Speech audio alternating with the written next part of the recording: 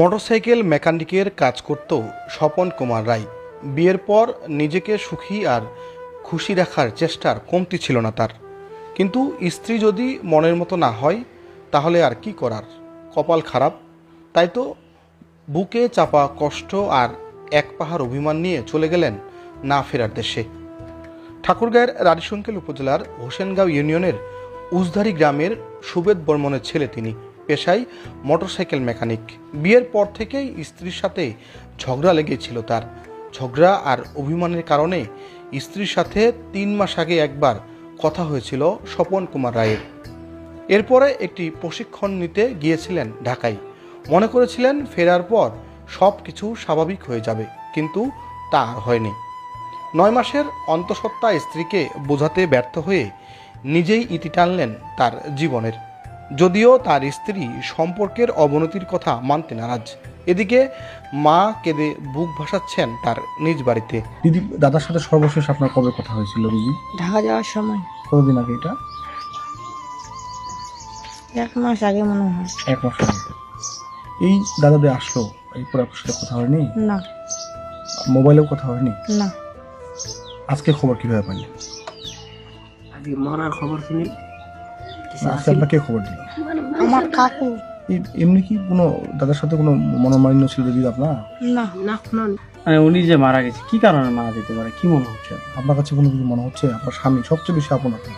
আর আপনার তো শেয়ার করতে পারে যে কোনো জিনিস, যে আসলে আমি এটা নিয়ে ডিপ্রেশনে আছি বা টাকা পয়সা নিয়ে টেনশনে আছি বা সংসার নিয়ে। আমাকে তো এগুলো বলে নাই। কিছুই বলে তবে কি হলো?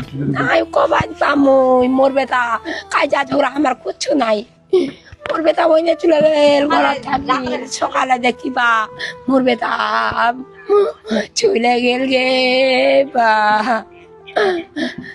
বাড়িতে কারোর উপর অভিমান রাখতে নাই নাই নাই কিছু করেনি। মোর বাপ কাজা ঝোরা কিছু করেন, দোকান থেকে আসিল ভাত কিনি ভাত খাদায়।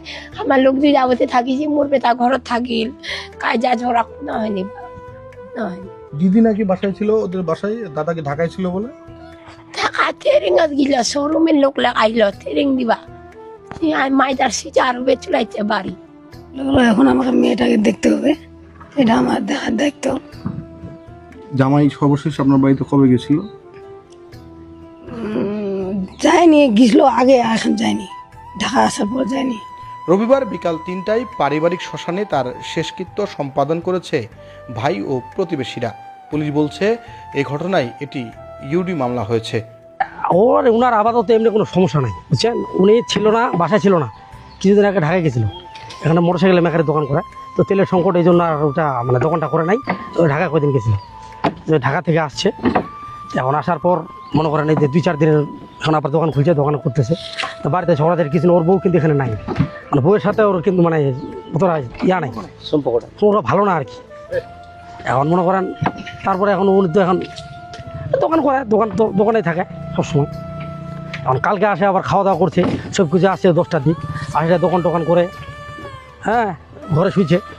আর সকালে টাকাটাই করতেছে, আর শুনে না, কথা শুনে না। সকালে দেখতেছে এখন মানে আমার কাকি যেটা আর কি, ও দেখতেছে গোলা ফাঁস দিছে। কি ওই তো একটা ওড়না ইয়া দিয়ে সাদা